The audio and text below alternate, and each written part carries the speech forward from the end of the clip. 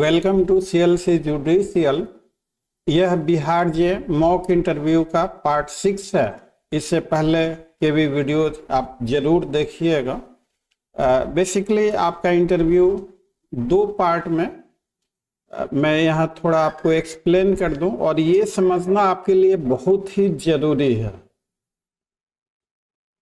आपका इंटरव्यू दो पार्ट है, एक इनफॉर्मल और दूसरा आपका फॉर्मल। तो इनफॉर्मल में आपसे पूछा जाएगा कि आप जज क्यों बनना चाहते हैं, आपने एलएलबी क्यों किया, आप दूसरे स्टेट के हैं तो कल होम स्टेट में आपका सिलेक्शन हो जाएगा तो आप तो यहाँ छोड़ के चले जाएंगे। आपने एलएलएम किया है तो जज क्यों बनना चाहते हैं, असिस्टेंट प्रोफेसर क्यों नहीं बनना चाहते, टीचिंग भी बहुत इक्वली एफिशिएंट है, लिटिगेशन में क्यों नहीं जाना चाहते। तो होता क्या है इनफैक्ट कि इनफॉर्मल पार्ट में इम्प्रेशन बनाने के लिए और अच्छे नंबरों के लिए अमूमन स्टूडेंट झूठी सच्ची कहानी बना लेते।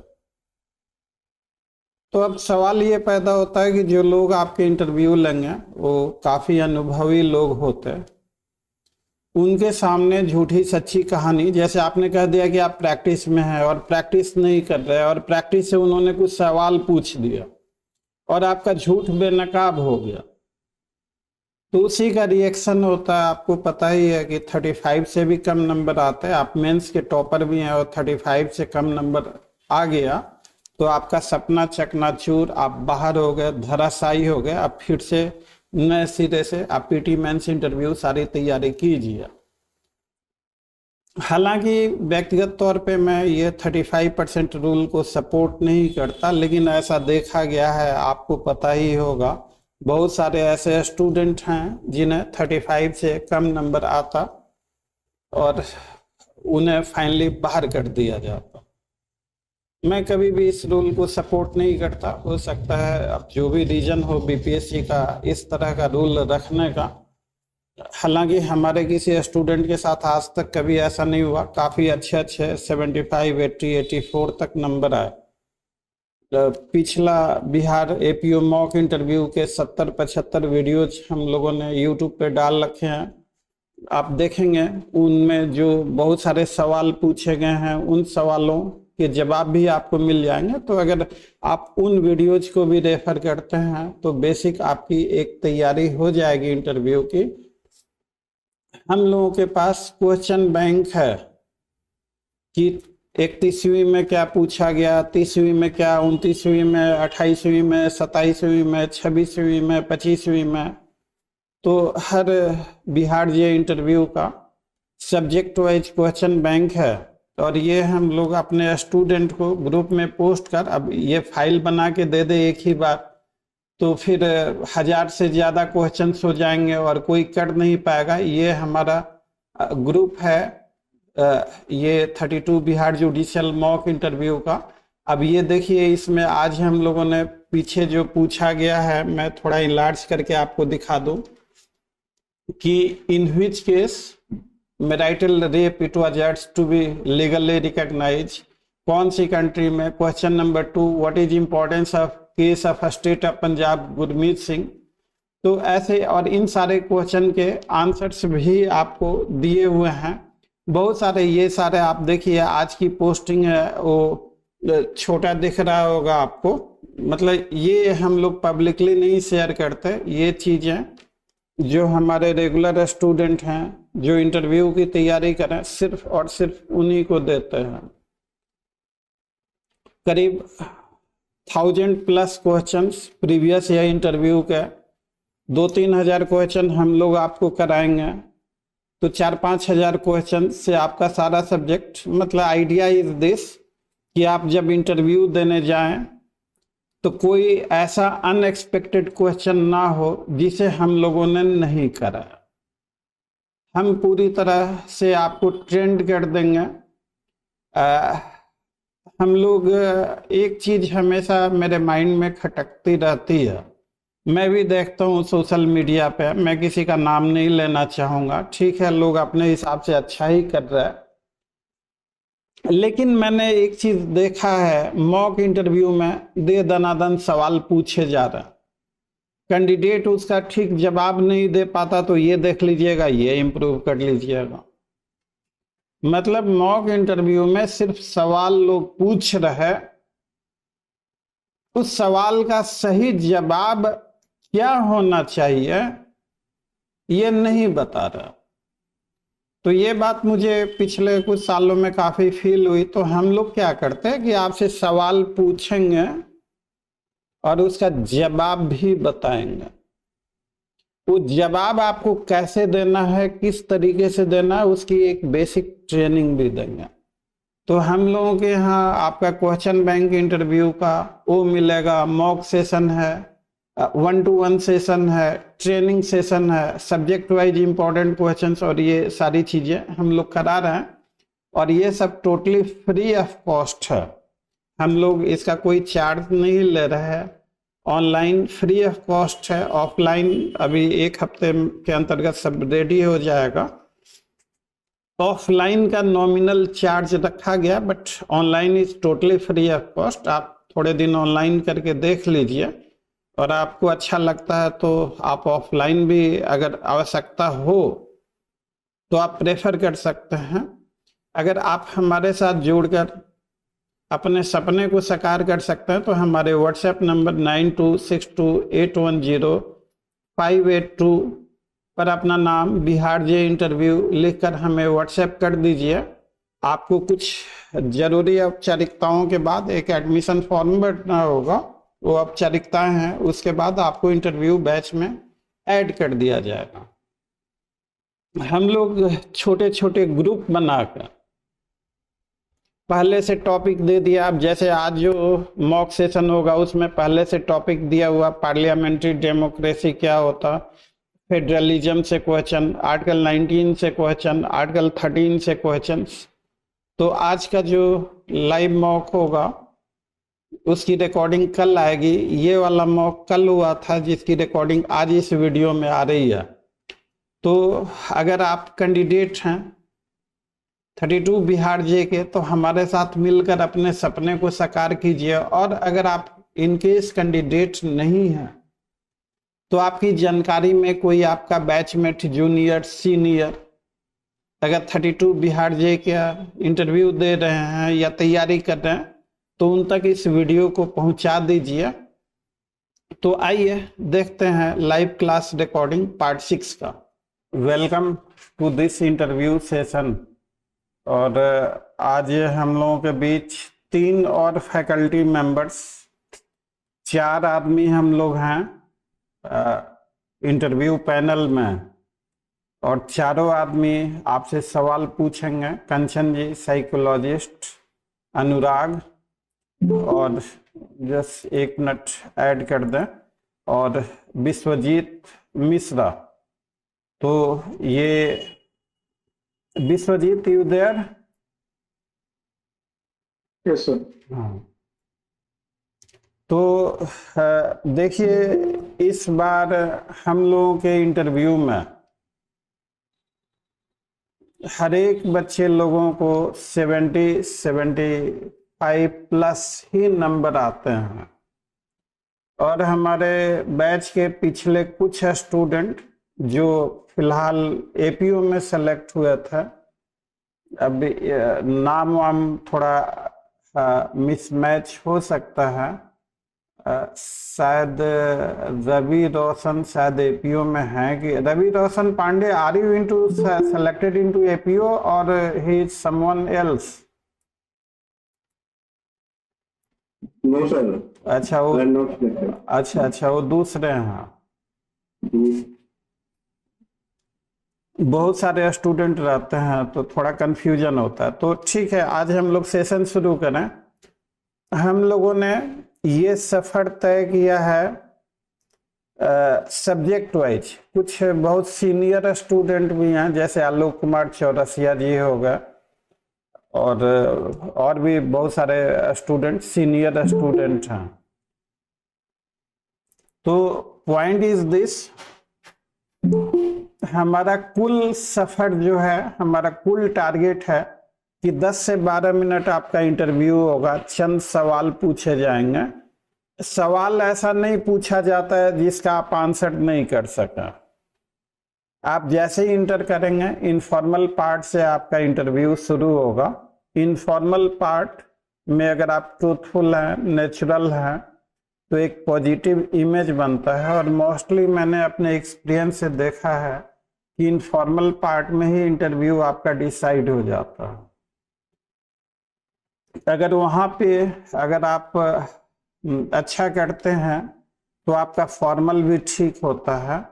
और जैसे जैसे शुरुआती सवालों के जवाब आप अच्छे से दे रहे हैं तो फिर इंटरव्यू का लेवल धीरे धीरे बढ़ने लगता है। बढ़ने इसलिए लगता है कि आप कितने डेप्थ में हैं और आपको एक्चुअली कितना। तो अगर आपके इंटरव्यू का लेवल बढ़ रहा है, डिफिकल्ट सवाल आपसे पूछे जा रहे हैं, तो उन चीज़ों से आपको परेशान होने की जरूरत नहीं है। उन चीज़ों से आपको खुश होना चाहिए कि आपने प्रिमिटिव राउंड को अच्छे से पार कर लिया और आप सेकंड राउंड में हैं।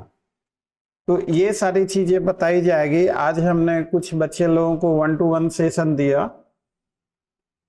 रोज टारगेट किया गया 4 से 5। अभी कुछ गलती से कुछ मटेरियल तैयार हो रहा था, वो मटेरियल बिना एडिट किए हुए गलती से पोस्ट हो गया था, तो उसे हम लोगों ने डिलीट किया। हम आपको एक चीज आप लोग बताइए, मैं सभी से, आप सभी स्टूडेंट इंटरव्यू वाले हैं, अगर क्वेश्चन के साथ साथ अगर मैं आपको आंसर लिख के दूं तो वो रटा रटाया आंसर होगा। बेहतर जहां तक मैं समझ पा रहा हूं कि क्वेश्चन और उसका आंसर विथ एक्सप्लेनेशन के साथ आपको दूं और आप उसे अपने शब्दों में बोलना। That would be the best। रटा रटाया भी आपको मिलेगा, लेकिन इंस्टेड ऑफ गिविंग रटा रटाया आंसर, आप क्या समझते हैं? मैं 1 by 1 व्यू पॉइंट, मतलब आप आंसर को समझिए और उसे अपने शब्दों में आपको बोलना है, तो that would be very natural. और रटा रटाया आंसर से अच्छे नंबर नहीं आते। मेरा तजुर्बा काफ़ी पुराना है, मोर देन 30 ईयर्स। और जिस किसी स्टूडेंट ने रटा रटाया आंसर दिया तो बड़ा उतना अच्छा परफॉर्मेंस नहीं हो पाया। आपको जवाब अपने शब्दों में देना है। मैं जस्ट एक व्यू पॉइंट जनरेट करने के लिए, यस आलोक कुमार चौरसिया, ये आपके हिसाब से क्या रटा रटाया आंसर या आंसर अपने शब्दों का, which one would be better? Sir अपना आंसर अपने शब्दों का होना चाहिए, क्योंकि रटा रटाया आंसर होने से क्या होता है कि सभी एक ही आंसर देंगे, तो जो इंटरव्यू बोर्ड होगा वो आंसर सुन के मतलब थोड़ा वो समझ जाता है कि सब एक ही जगह से हैं। वो होता है, रटा रटाया आंसर में ये भी दिक्कत था। अंकित गुप्ता, आपके हिसाब से क्या रटा रटाया आंसर या अपने शब्दों का?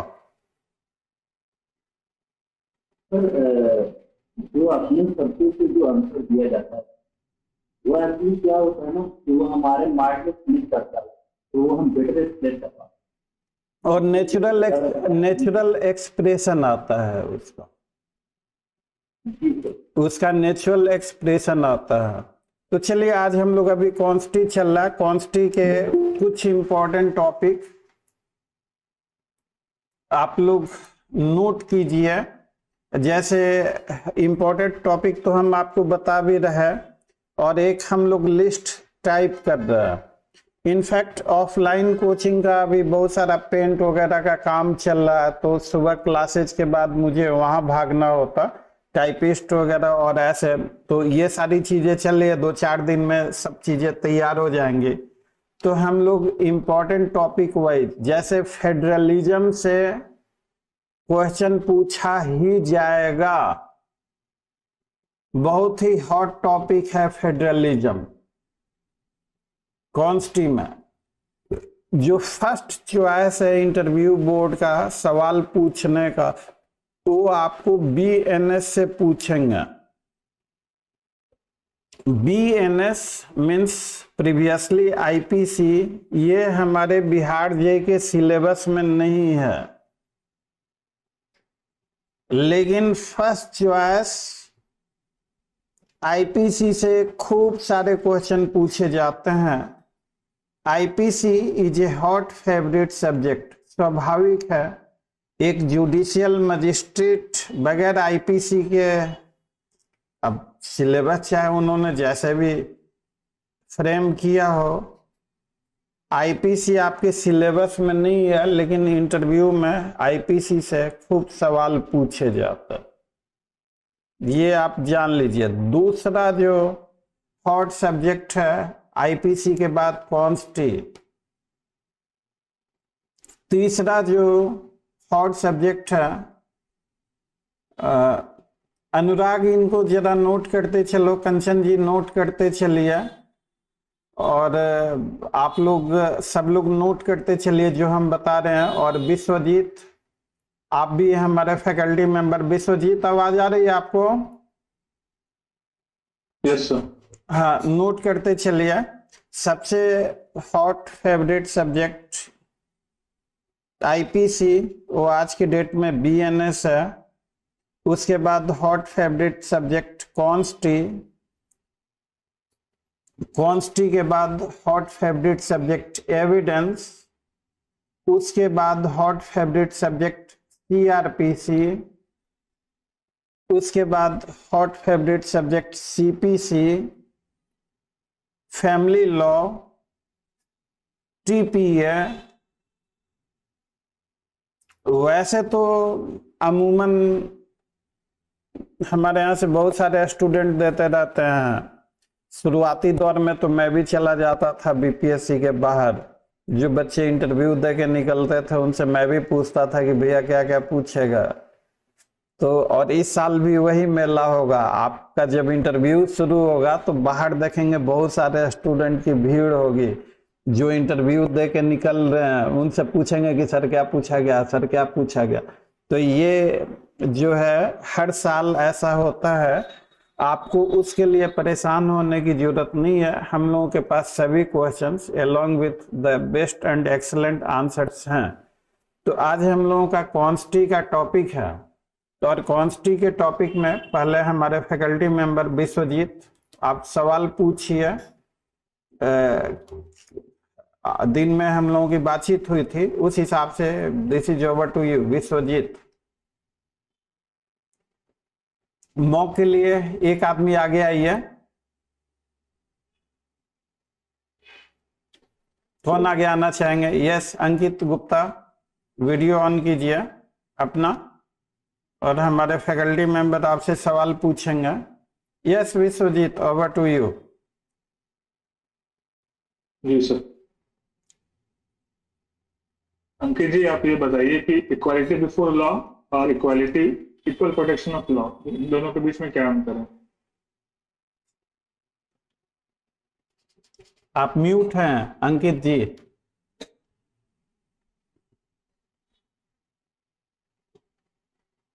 अंकित जी अनम्यूट कीजिए अपने को, अंकित गुप्ता। हाँ, अब बोलिए। Equality before of law, this is a negative concept, whereas the equality equal protection of law is a positive concept. If equality before of law says this equal treatment is every person, irrespective of whether he is a prime minister or constable. Whereas in equal protection of law, a person is treated alike, life is treated alike. This is a positive concept. So it is treated within the group. The group, the person who is the life must be treated or compared with the life. आलोक चौरसिया, आप बताइए। Yes, आपको भी मौका दिया जाएगा। जी sir. जी, आप बताइए इक्वालिटी बिफोर लॉ और इक्वल प्रोटेक्शन ऑफ लॉज, दोनों में डिफरेंस क्या है? इक्वलिटी बिफोर लॉ और equal protection law, equality before law means विधि के समझ सभी बराबर हैं, और equal protection of law means विधि का सभी को समान संरक्षण प्राप्त है। दोनों में सर एक मेनली डिफरेंस ये है कि ये जो है जस्ट एंड फेयर की बात करता है, संरक्षण की बात हो रही है कि सभी को इक्वल संरक्षण दिया जाएगा। ये हमारे यूएसए से लिया गया है और इक्वलिटी बिफोर लॉ जो है ब्रिटेन के संविधान से लिया गया है। और हमारा 14 जो है दोनों की बात करता है, इक्वलिटी बिफोर लॉ और इक्वल प्रोटेक्शन ऑफ लॉ की बात करता है।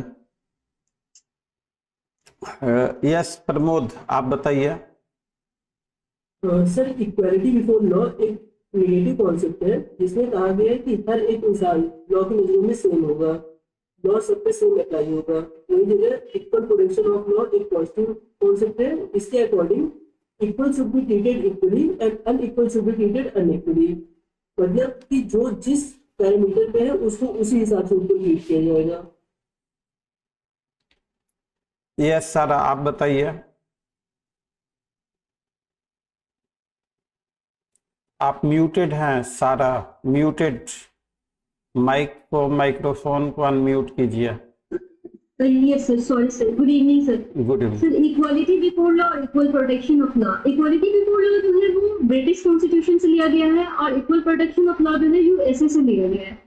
ये जो इक्वालिटी बिफोर लॉ है ये सबको समान अधिकार देता है, लेकिन equality equal protection of law में हमें प्रोटेक्ट करता है। जो भी अनइक्वल पीपल हैं उनको इक्वालिटी तब दिया जाए जब वो इक्वल हो जाए। और उसके अलावा ये इक्वालिटी बिफोर लॉ जो है वो नेगेटिव सेंस में है और इक्वल प्रोटेक्शन ऑफ लॉ भी पॉजिटिव सेंस में है सर। Thank you. और कोई इसका आंसर देना चाहेंगे? Difference between equality before law and equal protection of law. Yes Farhan Nisar. Good evening sir. Good evening ji. So both are the aspect two facets of Article 14. Equality before law is an interpretation of British jurist David Icey. David Icey's rule of law. It says that everyone is equal before law, and there is absence of special privilege in our constitution. However, equal protection of law is a positive concept. It says that mechanical justice could result in injustice in certain circumstances because all people are not situated alike. The circumstances could differ, and therefore it's the duty of state to make positive law to place all of the people on the same footing. Thank you. Yes Ranjan Bhadani yes जी बताइए। सर equality before law is a positive concept, sir. Whereas equality before law is positive और negative concept. sir, equality before law is a negative concept, whereas the equality before law is positive concept. आपको relax हो जाए, relax हो जाइए। आप relax होके फिर से ट्राई कीजिए। Sir, equality before law is sir positive concept. Equality before law positive concept है या नेगेटिव कंसेप्ट है? बाकी स्टूडेंट बताइए। सर ये नेगेटिव कंसेप्ट है क्योंकि equally treated all the people either in his basic are same और अनइक्वल। रंजन आपसे सवाल specially one liner, equality before law positive concept और negative concept. So equality before law is a negative concept. पहले क्या बोल रहा था? सर वो मिस्टेक हो गया। देखिए आपको जो दो चीज याद रखना, इक्वालिटी बिफोर लॉ और दूसरा जो एक्सप्रेशन है इक्वल प्रोटेक्शन ऑफ लॉज, उसमें एस लगा हुआ है। हाँ अब ट्राई कीजिए। यहाँ पे आप टेंशन फ्री होके जवाब दीजिए। जज बनने जा रहे हैं, ये आपके चेहरे के हाव भाव से आपका कॉन्फिडेंस लेवल झलकना चाहिए। हम लोग 1-to-1 सेशन में आप लोगों का भी नंबर अब जल्दी आएगा। 2-2, 3-3, 4-4 करके हम लोग ले रहे हैं स्टूडेंट को। काफी उनको समय दे रहे हैं और कई राउंड होगा और बाकी और भी फैकल्टी मेंबर्स भी समय देंगे सबको। हम लोग आपका इतना रियाज करवा देंगे, एक भी ऐसा क्वेश्चन नहीं होगा जो इंटरव्यू बोर्ड में आपसे जो पूछा जाए, हम लोग हर क्वेश्चन का यहाँ पे प्रैक्टिस करवा देंगे बहुत ही डिटेल तरीके से। तो आप घबराइए मत, आप रिलैक्स होके सोच समझ के बोलिए। एक बार फिर से कोशिश कीजिए। Sir, equality before law is a negative concept. Sir, it is a concept of English law, sir. It says that everyone is equal in the eyes of law. Whereas, sir, equal protection of law is an American concept, sir. It says that every person is not a homogeneous. So, sir, like should be treated alike. So, for that purpose, sir, legislature provided some reservation or something to uplift the lower people of the society, sir, to make them on the upper footing, sir. Yes, now better. Rampreet Jha, Thank you, sir. Next Rampreet Jha आप बताइए। Yes, sir. So equality before law is an active concept. It is a rule of law. Means all are equal before the law and no one is above the law. But in equal protection of laws is a positive concept. Is a USA origin. Here, all they treat everyone equal. Even someone is who गरीब है, कोई अमीर है, तो सबको लेके चलता है उसमें। यस, Manish Kumar, Mr. Good evening, sir. Good evening जी, आप बताइए। Sir, equal protection of law and the equality before law is the two facets of the Article 14 of the Indian Constitution. And equal protection of law has been incorporated in our Constitution from the US Constitution, and the equality before law has been incorporated in our Constitution from the UK Constitution, and it is a negative concept. And equal protection of law is a positive concept. It means the right, like the person rights and rights, like the liberty and rights of the person protected equally through the law. It is called equal protection of law. And equality before law means everyone is treated equal and not unequal person are treated equal. So it is a two facets of Article 14 of the Indian Constitution. Yes, Shivam Sharma,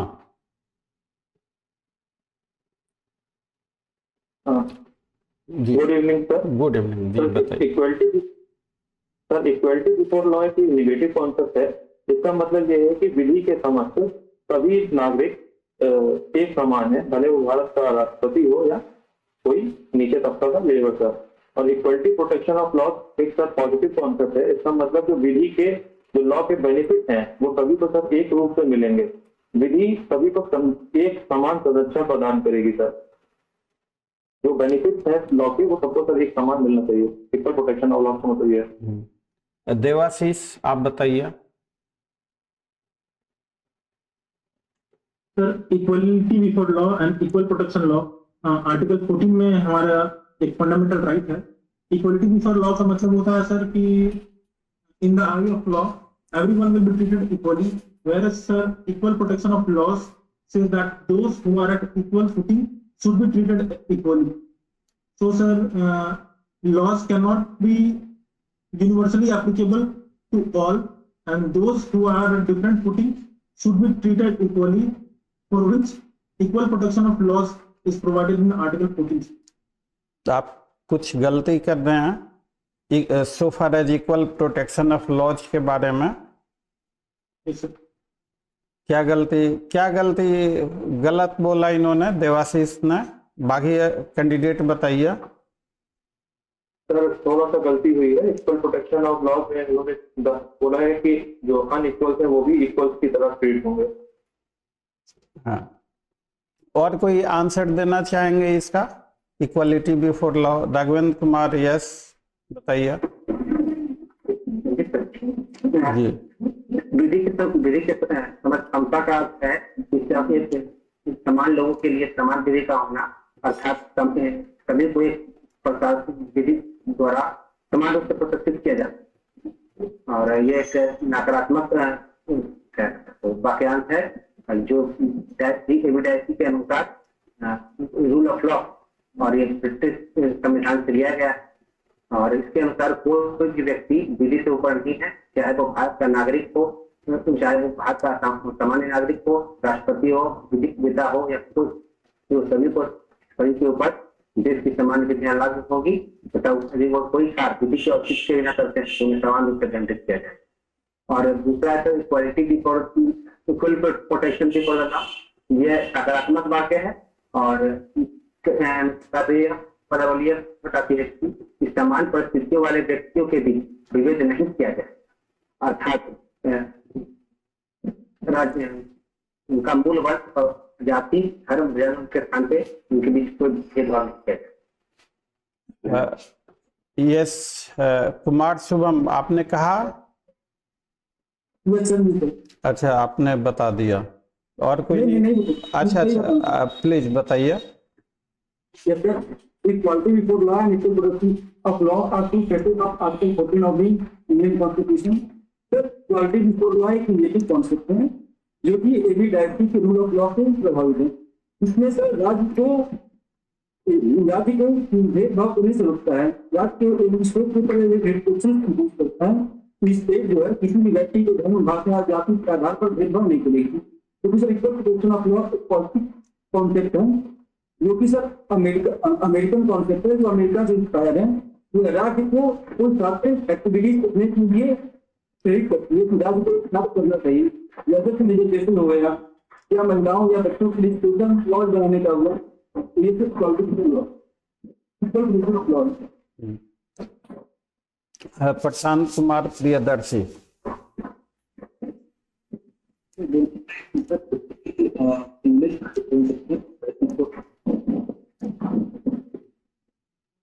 होता है sir, जो कि equal condition में अपना जीवन यापन करते हैं।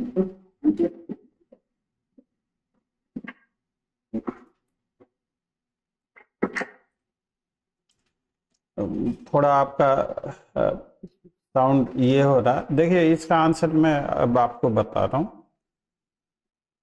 आपने जो कुछ भी बोला सही बोला, लेकिन थोड़ा सा आपका लंबा आंसर हो रहा। आपको पहला पॉइंट ये बोलना है, ये बिल्कुल ठीक बात है कि equality before law is a negative concept and equal protection of laws is a positive concept. दूसरा पॉइंट, इक्वालिटी बिफोर लॉ कहाँ से लिया गया है, किसने कहा?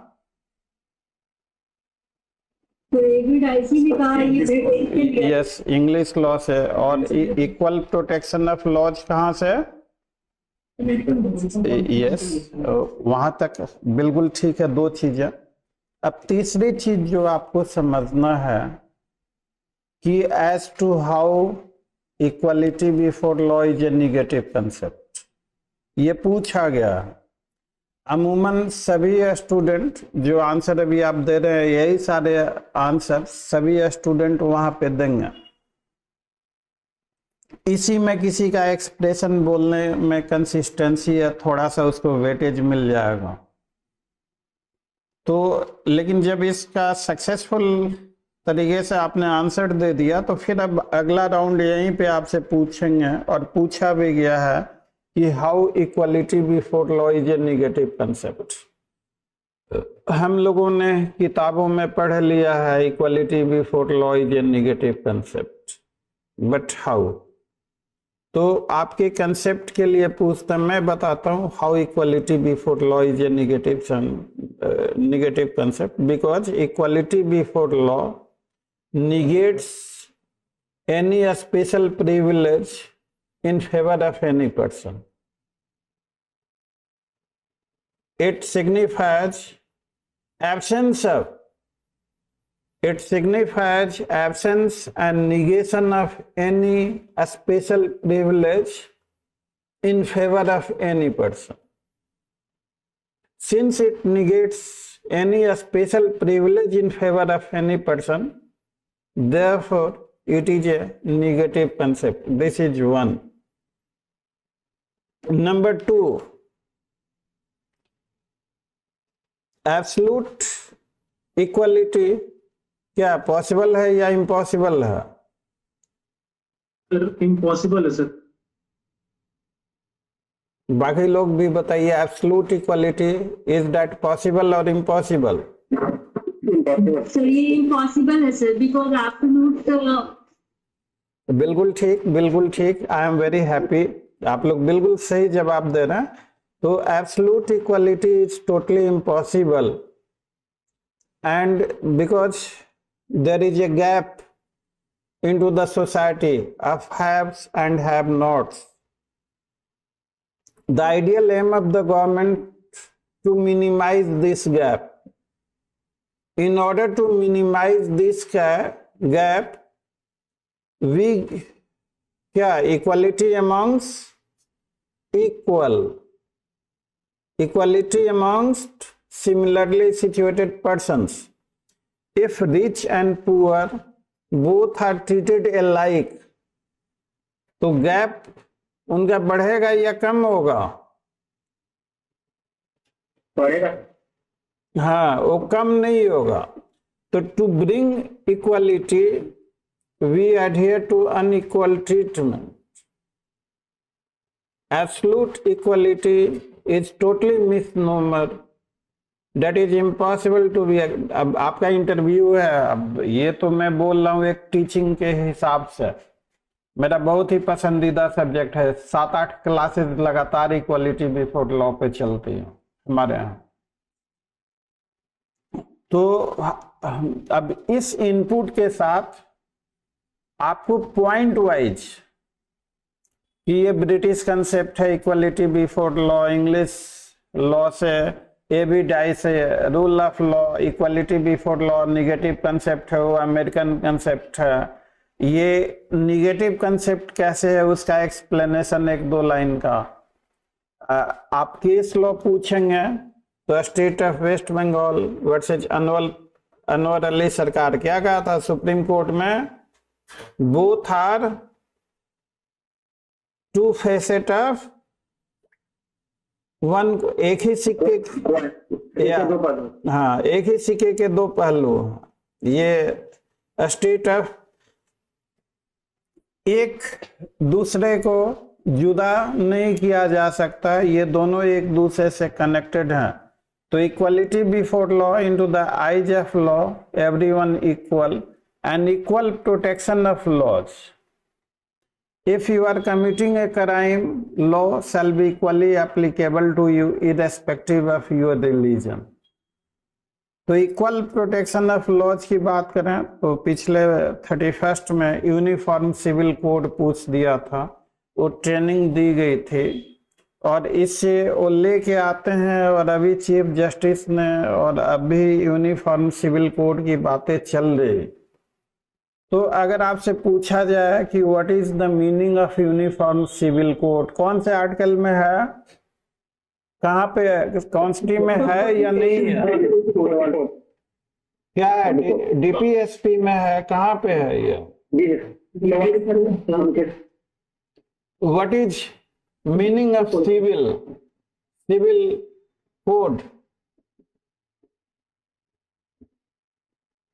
तो सिविल कोड का थोड़ा सा दीवानी मुकदमे, वैवाहिक मैट्रिमोनियल और हमारा अच्छा चलिए थोड़ा सा, हाँ मैं थोड़ा सा मजाकिया लहजे में, we have uniform criminal code, मजाकिया लहजे में मैं बोल रहा हूँ। ऐसे आज तक कोई शब्द ही नहीं बना यूनिफॉर्म क्रिमिनल कोड, न कोई शब्द बना है, न किसी ने इसको इस तरीके से रेफर किया। मैं केवल समझाने के लिए, आप देखिए criminal law is applicable into the similar way irrespective of your religion, caste और whatsoever. Criminal law, it does not matter what religion you belong. आपने क्राइम किया है तो you shall be dealt accordingly so far as criminal law is concerned. Civil law so far is concerned marriage, Hindu marriage अलग है, Muslim marriage अलग है, divorce, ceremonies of marriage, आपका succession और इनहेरिटेंस के जो लॉ हैं वो अलग हैं। तो uniform civil code means the civil law has to be uniformly applied. It has to be uniform application irrespective of caste, creed, religion. So India is a country of political diversity. हम लोग क्या पढ़ते हैं, unity in diversity या diversity in unity? क्या है, मैं नहीं जानता, आप बताइए मुझे क्या है डाइवर्सिटी इन यूनिटी। विचार कीजिए, मैं थोड़ा सा आप लोगों को कंफ्यूज कर रहा हूं। क्या पक्का? Unity in diversity. तो India is a country multi religious community. जो माइनॉरिटी है, दो तरह की, कितने तरह की माइनॉरिटी की बात की गई है? On the basis of religious, language, तो आर्टिकल 30 में रिलीजियस एंड लिंग्विस्टिक माइनॉरिटी की बात की गई है। हाँ, वो सब हम लोग करेंगे। तो अभी इधर पहले आर्टिकल 14। तो आर्टिकल 14 से इक्वल प्रोटेक्शन ऑफ लॉ से वो सीधे भाग जाएंगे आपको यूनिफॉर्म सिविल कोड पे। तो idea behind uniform civil code was for the purpose of one nation one law. It is political unification of the country to bring all the religious community on common national platform. Having this idea into mind, our framers of constitution had this article 44. लेकिन to implement this article 44 is not an easy job because अब यहीं पे आपको ध्यान देना है। अब देखिए, चलिए मैं थोड़ा सा अभी बिहार में जो गवर्नमेंट है, बीजेपी गवर्नमेंट भी है। बीजेपी गवर्नमेंट का पॉलिटिकल आइडियोलॉजी है यूनिफॉर्म सिविल कोड। और आप कमीशन के जो चेयरमैन साहब होंगे तो गवर्नमेंट से उनका सिंपैथेटिक एटीट्यूड तो होगा ही होगा, या क्या आपको लगता है कि कमीशन के चेयरमैन की एक डिफरेंट आइडियोलॉजी होगी अदर देन द गवर्नमेंट?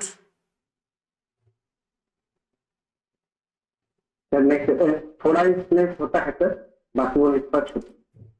अब कितना निष्पक्ष होते हैं, कितना निष्पक्ष नहीं होते हैं, एक्सपीरियंस वेरीज फ्रॉम।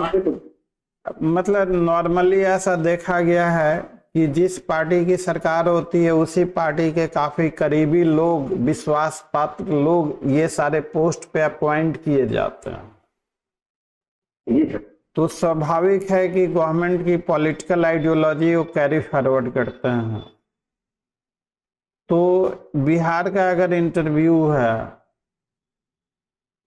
तो अगर आप ये लगे बोलने कि uniform civil code is not possible, ये तो ऐसे है, तो फिर बोले तो वहां पे आपके लिए बहुत ज्यादा डेंजर हो जाएगा। आपको रीजनेबली और एकेडमिकली यूनिफॉर्म सिविल कोड लागू हो जाए तो अच्छा ही रहेगा।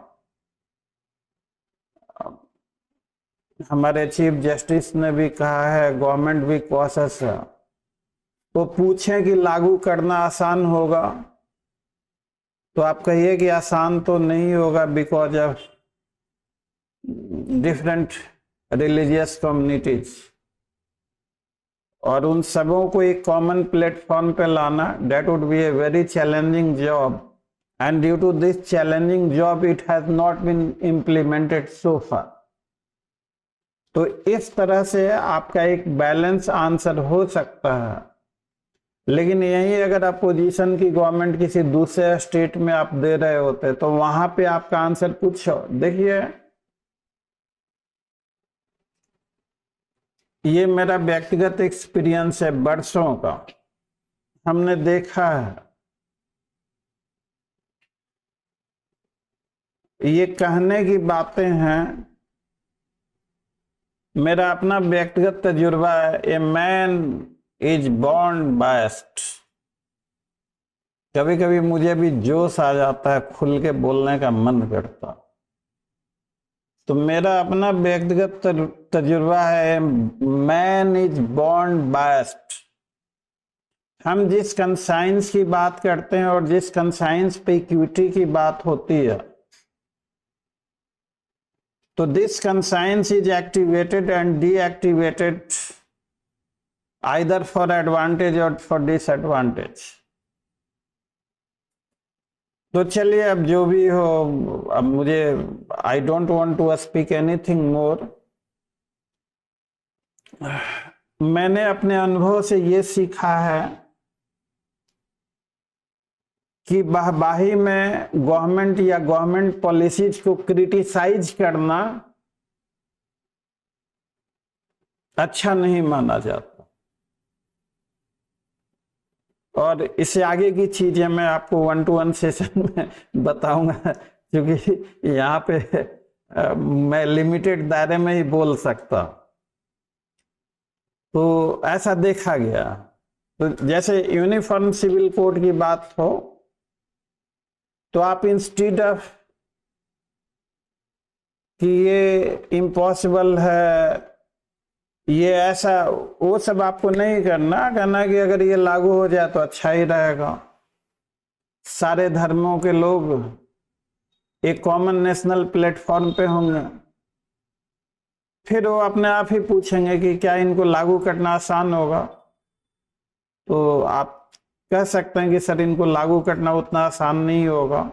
अगर लागू करना इतना आसान ही होता तो ये लागू हो चुका होता अब तक, because of different religious minorities. जो पर्सनल लॉज हैं, पर्सनल लॉ में रिलीजन का कोई रोल है या नहीं है? So far as personal laws are concerned, बाकी लोग बताइए। तो since personal law originated from the religion, लेकिन उसी पर्सनल लॉ के एस्पेक्ट को साहबानों के केस में मुस्लिम लॉ ये कहता है कि a divorce Muslim women after observance of iddat has no right to maintenance from her Muslim husband, but this was overruled and in to Shah Bano case 125 क्या डाइवोर्स मुस्लिम वाइफ पे एप्लीकेबल है या नहीं है? Yes sir. तो कुछ पोर्शंस, तो मतलब देखिए, आप बोल तभी वहां पे पाएंगे जब आपकी नॉलेज क्रमबद्ध तरीके से अच्छी है। अगर नॉलेज में फिर कमी है तो फिर आपका प्रेजेंटेशन वहां खराब हो। तो इसलिए थोड़ा बहुत टीचिंग, हल्का फुल्का टीचिंग भी हमारे इंटरव्यू सेशन में रहता है कि थोड़ा बहुत हम लोग इसको इम्प्लीमेंट वो भी करें ताकि आपकी नॉलेज थोड़ी बहुत इनरिच हो सके। तो वहां पे भी कन्फ्लिक्ट था। सुप्रीम कोर्ट सेट क्या कि ये बेनेवोलेंट है टू प्रिवेंट वैग्रेंसी, डेस्टिट्यूशन, और ये सोशल वेलफेयर लेजिस्लेशन है। एंड एक डायलॉग और भी कहा गया था no religion is above humanity, religion is for the betterment of humanity. क्या आप इसे मानते हैं कि religion is for the betterment of humanity? ये humanity is above the religion और religion is above the humanity, क्या होना चाहिए? Humanity is above the religion. तो अब हम लोग उतने कई सारे केसेज आए हैं, उन केसेज में सुप्रीम कोर्ट ने कहा, लेकिन हकीकत में देख लीजिए होता क्या है। तो हकीकत में जो होता है उसे होने दीजिए। इंटरव्यू आप दे रहे हैं, जो इंटरव्यू का जो एक स्टैंडर्ड है, तो अगर यूनिफॉर्म सिविल कोड से आपसे पूछा जाए तो आप डायरेक्ट यस और नो में जवाब नहीं देंगे। आपको ये कहना कि हो जाए तो सर अच्छा ही रहेगा, बहुत ही अच्छा रहेगा। आप समझ गए स्मार्ट आंसर कैसे देना है? उसी तरीके से आपको अप्रोच करना।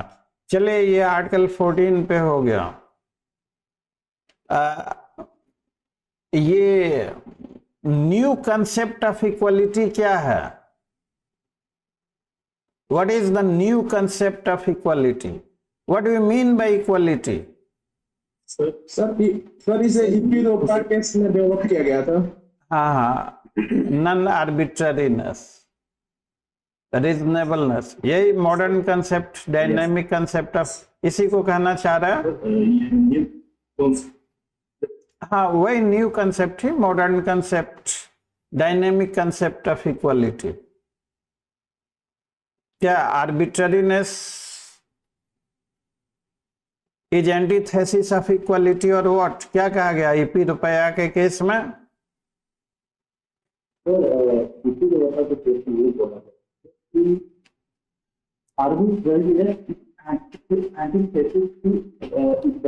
जहां पर आर्बिट्ररीनेस होगा वहां पर इक्वलिटी नहीं होगा, ये बोला। आपसे एक आसान सा क्वेश्चन हम पूछेंगे। आर्टिकल 14 सिटीजन को अवेलेबल है या नॉन सिटीजन को भी अवेलेबल है? और ये दोनों को सर, सिटीजन नॉन सिटीजन दोनों को। Yes Ankit, citizen, this is available only to citizen.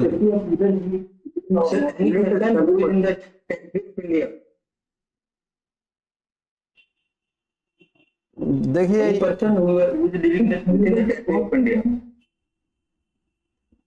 एक लाइन का है आर्टिकल 14, बहुत ही प्यारा सा स्मार्ट सा language. The state shall not deny to any, क्या है एनी के बाद? पर्सन या सिटीजन? क्या लिखा हुआ है, पर्सन और citizen? Denied to any person equality, equal protection of law. तो पर्सन लिखा हुआ है, तो into a modern democracy, discrimination is never welcome. Article 14 negatively worded है, the state shall not deny to any person. तो ये भी क्वेश्चन खूब पूछा गया है, तो इसे सावधान रहिएगा। वहां पे कुछ बच्चे लोग जाके बोल आते हैं कि आर्टिकल 14 केवल सिटीजन को है। तो अगर इस स्टेज में पहुंच के अगर आप कहें कि आर्टिकल 14 सिर्फ सिटीजन को अवेलेबल है, तो ऐसा मिस्टेक नहीं होना चाहिए। आर्टिकल 15 किसको अवेलेबल है?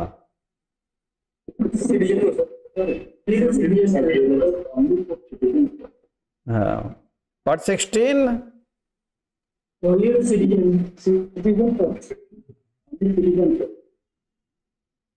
तो ये भी क्वेश्चन खूब पूछे गए हैं। In fact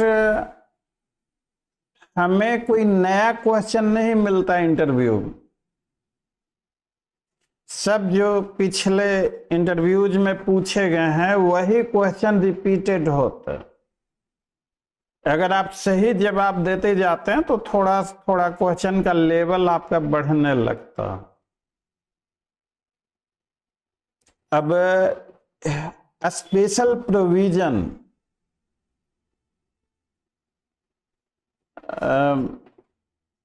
article 15(3) talks about a special provision. What is that a special provision? Article 15 clause 3.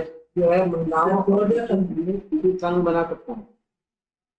For the upliftment protection of women and children.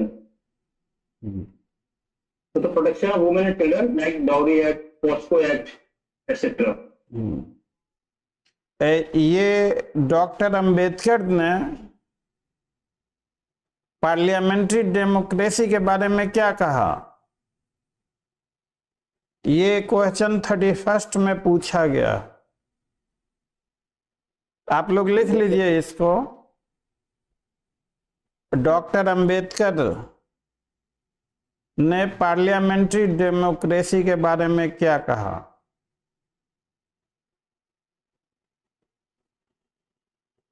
Any of you? Yes sir, बोले इस देश की का विकास वहाँ के महिलाओं के विकास के अनुपात में देखता है।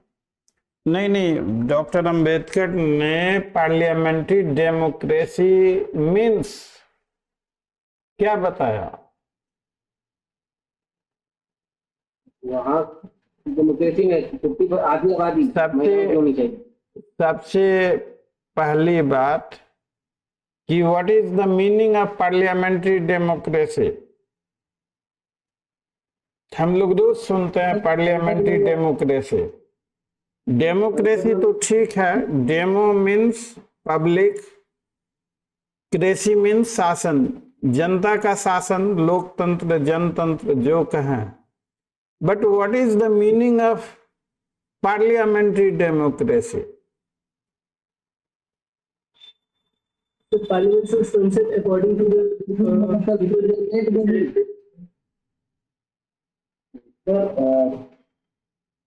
parliamentary democracy means when we elect some of the person and we put our faith on them to regulate our faith, to make the laws for us. This is what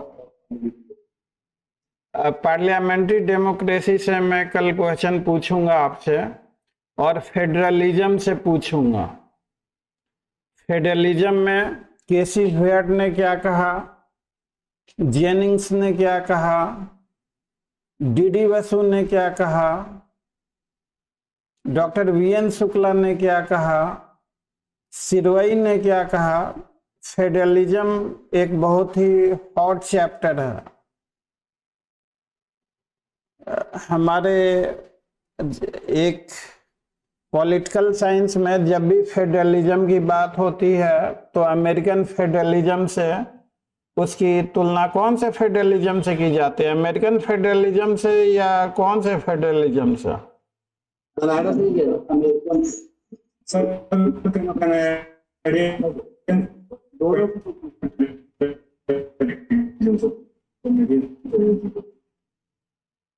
Canadian federalism is there, US federalism is there, but what is the fashion? अगर किसी country का federalism means decentralisation of power, dual government, written constitution, supremacy of, there are many other aspect of the federalism, वो हम लोग कल करेंगे। लेकिन हम लोग फेडरलिज्म की तुलना यूएस कॉन्स्टिट्यूशन से करते हैं या कनाडियन से? फेडरलिज्म की तुलना कैनेडियन से करते हैं। जी सर, कनाडा इससे करते हैं अपना।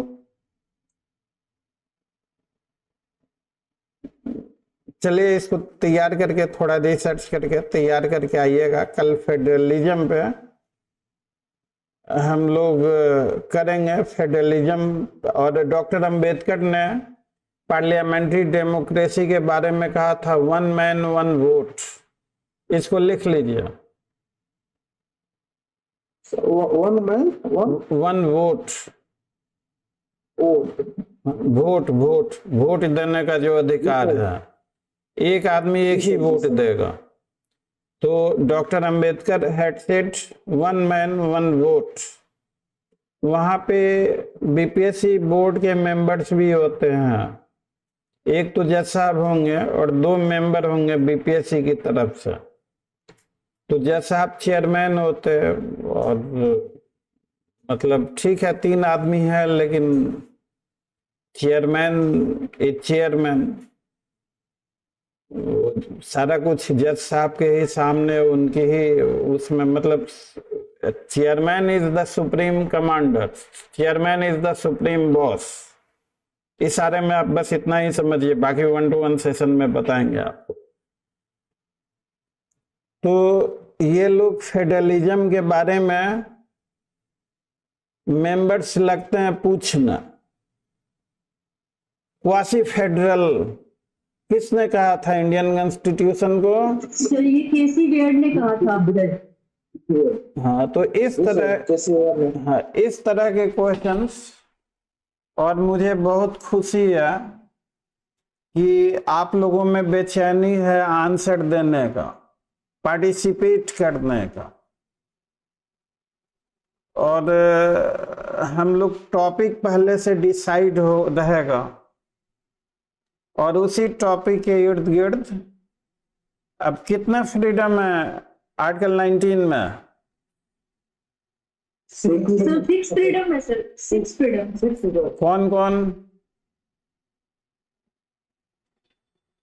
freedom of speech and expression, freedom to assemble peacefully without arms. मैं इसके बारे में एक कहानी सुनाता है, स्टोरी। तो पता ना वो स्टोरी आप लोगों को कैसी लगेगी, वो याद करने में बड़ा आसान रहता है। बताएं आपको कहानी? Yes sir. एक छोटी सी कहानी है, पहले आप बोलेंगे freedom of speech and expression हो गया, तो आप बोलेंगे तो भीड़ जमा होगी, फ्रीडम टू असेंबल पीसफुली।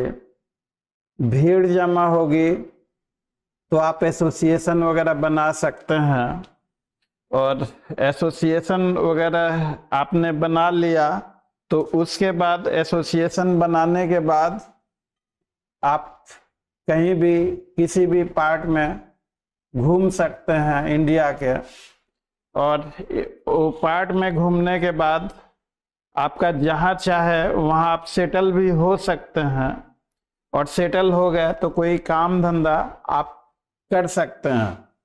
तो जो ये स्टोरी याद करने के पर्पज से कि जैसे फ्रीडम की जो बात होती है, तो सबसे पहले आपको बोलने की आज़ादी है, आप बोलेंगे तो लोग इकट्ठे होंगे ही।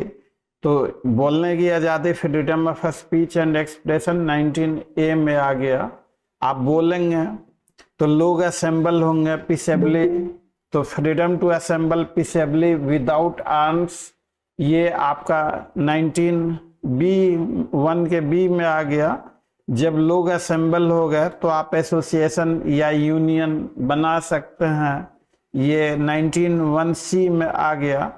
एसोसिएशन यूनियन बन गया तो पूरे इंडिया में घूमिए throughout territory of India, तो वही D बन गया, freedom to move freely throughout the territory of India. जब घूम रहे हैं, जो जगह पसंद आ जाए वहां आप सेटल भी कर सकते हैं, तो ये E बन गया, to reside and settle in any part of territory of India.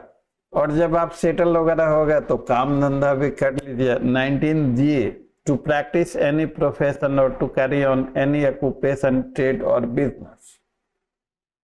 मुझे नहीं पता ये कहानी कैसी लगी आपको, सारे याद रखने के लिए। अच्छी स्टोरी थी सर। मतलब असल में वहां पे ऐसा भी होता है कि जो मेंबर्स होता है वो मेंबर्स आपसे पूछ देंगे कि freedom to move freely throughout territory of India है कि नहीं, या फंडामेंटल राइट, ये कॉन्स्टिट्यूशनल। तो ये 19(1)D में है आपका freedom to move freely throughout the territory of India. मतलब कहने का मतलब कि अब देखिए पूरी टीचिंग तो नहीं हो सकती सारे सब्जेक्ट की, लेकिन जो जो क्वेश्चन पूछे गए हैं, मतलब ये सब क्वेश्चन पूछे गए, पहले पूछेंगे कि 6 फ्रीडम, अब आप वहां उंगलियों पे गिन रहे हैं 5 हुए कि 6 हुए, एक भूल गए। वो सीधे कहते हैं कि आर्टिकल 19 में कितने फ्रीडम है, तो आप किसी से मिस्टेक हो गया, कोई 5 कह दिया, कोई 7 कह दिया। तो ये सारे क्वेश्चन आपके माइंड में पहले से सेट होने चाहिए कि दे आर 6 फ्रीडम्स, और वो 6 फ्रीडम कौन कौन है। तो आप ही के लिए वो कहानी हमने एक इजाद किया कि आप बोलेंगे तो भीड़ लगेगी, असेंबल, भीड़ लगेगी तो एसोसिएशन बना लिए, एसोसिएशन बना लिए तो निकल चलिए भारत भ्रमण पे, भारत पूरा घूम लिए, जो जगह अच्छा लगे वहाँ रिजाइड की कर जाइए, सेटल हो जाइए, और सेटल हो गया तो काम धंधा शुरू कर दीजिए। क्या आलोक, कैसा है कहानी? सर हाँ, तो मतलब आपको ऐसे तो आप 6 फ्रीडम बता देंगे, लेकिन वो जो 10-12 मिनट का प्रेशर होता है ना, वहां पे साइकोलॉजिकल फोर्सेस थोड़े से हावी हो जाते, तो वहां पे थोड़ी सी आपको दिक्कतें हो सकती हैं, शायद भूल जाए। तो कहानी रहेगा तो आप भूलेंगे नहीं। आर्टिकल 15 ये सिटीजन के लिए है, आर्टिकल 16 भी सिटीजन्स के लिए है, आर्टिकल 14 एनी पर्सन के लिए है।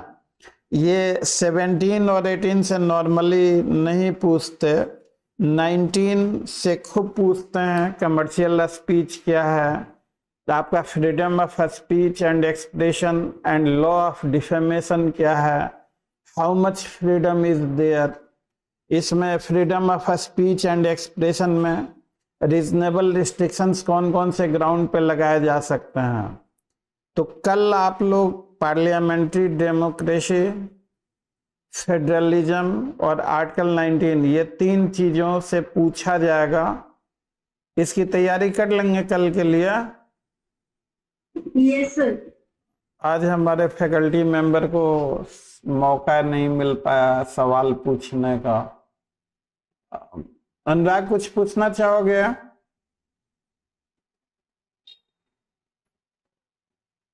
कल ही पूछ लेते हैं सर। कल पूछेंगे, कल हम भी और अच्छे क्वेश्चन प्रिपेयर कर लेंगे। अच्छा ठीक है। कंचन जी कुछ पूछना। कंचन शायद, हाँ कंचन जी हमारे, हाँ कंचन कुछ आप पूछना चाहेंगे? ठीक है सर, अगर पूछना है हॉबी के बारे में पूछना चाहूंगी। हाँ पूछिए। कोई एक आदमी आगे आइए, और हमारे सवाल पूछने से घबराइए मत, तो जवाब देना है। हॉबी के बारे में पूछेंगे। यस रंजन भदानी, आइए वीडियो ऑन कीजिए।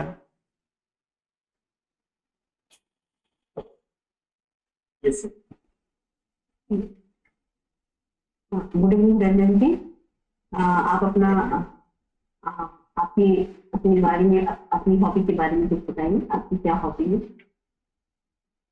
My hobbies are like traveling, cooking food. Okay. Which type of cooking? Like North Indian food.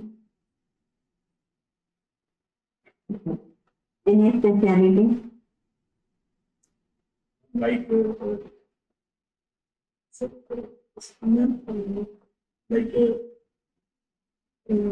something paneer something and all. Non veg आता है कि नहीं बनाना? Yes sir. नॉनवेज आता है ना? यस। तो फिर अपनी तो खूब बनेगी। Yes, I can wait a moment. कभी मौका लगा, ये जो कुकिंग है ना, तो ठीक है, आप कहें कि जब भी मुझे टाइम होता तो मैं अपने पर्सनल लेवल पे पूछेंगे कि कोई कोर्स वगैरह किया तो नो, कोर्स नहीं किया, आइटम क्या क्या, तो पनीर के आइटम कुछ जैसे चिल्ली वगैरह बनाते कि नहीं बनाते? यस कुकिंग अच्छे तरीके से जो करता है, कुकिंग का एक आर्ट है, उस आर्ट को क्या कहते हैं? कौन सा आर्ट? अंग्रेजी में? culinary art. Yes, exactly correct, that is culinary art. Spelling CULINAROI। तो और कुकिंग में जो है वो मतलब अब देखिए, कुकिंग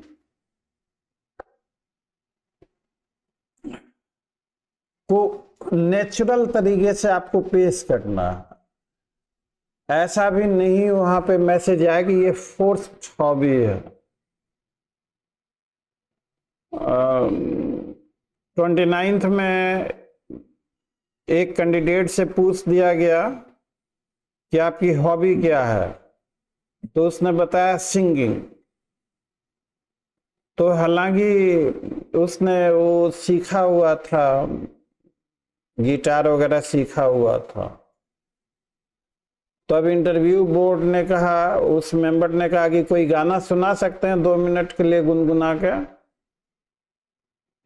तो उसने कहा जी सर सुना सकता हूं, और गाया गाना उसने, अच्छे नंबर आया। तो देखिए, आपको कुकिंग, मेरे को टाइम मिलता है, जो भी घर वाले फैमिली मेंबर या यार दोस्त वो कहते हैं कि यार जा कुछ कोई आज डिश बना दो। हॉबी हम किसे कहते हैं? What is the meaning of hobby? Sir जिसमें करने में रुचि हो, जिससे करने में रुचि हो, जिससे करने में मन A करता हो। apart from academic activity, the other most favorite activity. Hobbies पे आप बोलेंगे, अगर आर्टिफिशियल लग गया उनको हॉबी, जबरदस्ती का लग गया, तो फिर वो गुस्से में पूछते हैं कि अच्छा हॉबीज का स्पेलिंग बताओ, अच्छा हॉबीज का मीनिंग बताओ। तो इस तरह से जब वो पूछते हैं ना कि स्पेलिंग बताओ, मीनिंग बताओ, कभी कभी आपको चेक करने के लिए भी वो बोल देंगे, तो उससे आपको घबराना नहीं है। Hobby is a favourite occupation, academic को छोड़कर।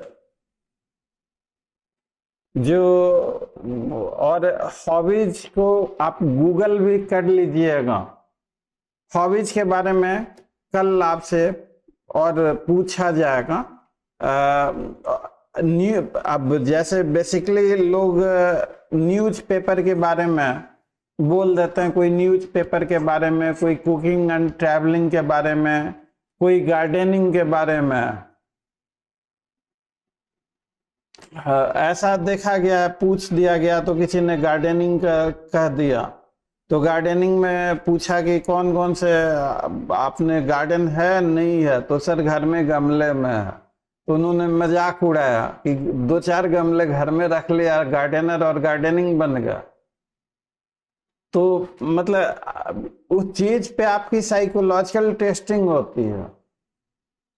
अब जैसे रंजन जो है घर में खुद बना के खाते खिलाते, और हॉबी कुकिंग का हो गया, ना कोई कोर्स ना कुछ, तो उसको लाइटली लेना है। वहां पे चेहरे के हाव भाव से,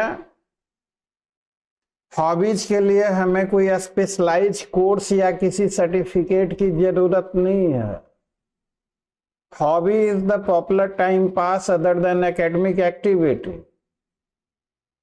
अब मैं तो कभी कभी मेरा मन करता तो इधर मुझे थोड़े दिनों से मोबाइल में गेम खेलने का, मुझे भी 5 मिनट समय मिलता, तो बड़ी मुश्किल से अपनी आदतें छोड़ा मैंने।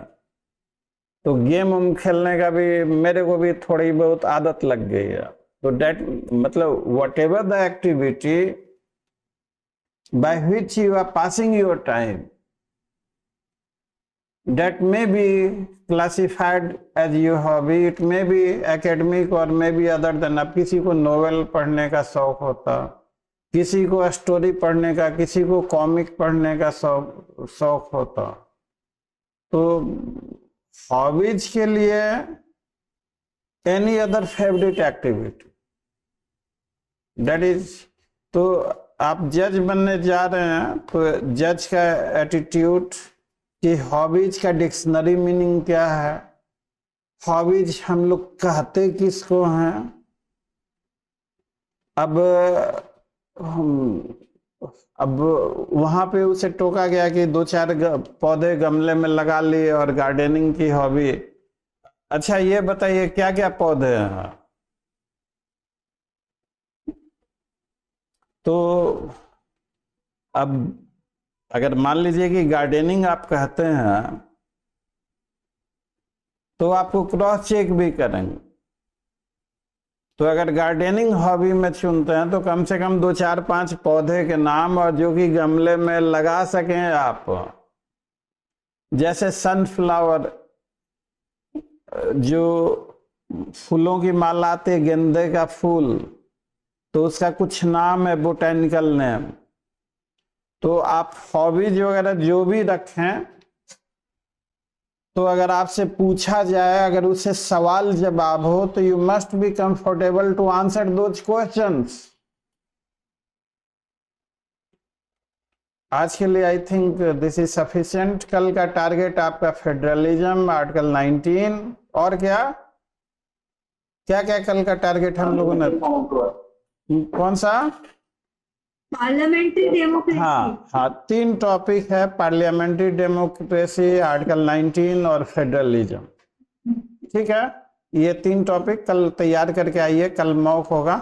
Thanks for attending session tonight, see you tomorrow, good night. Thank you sir.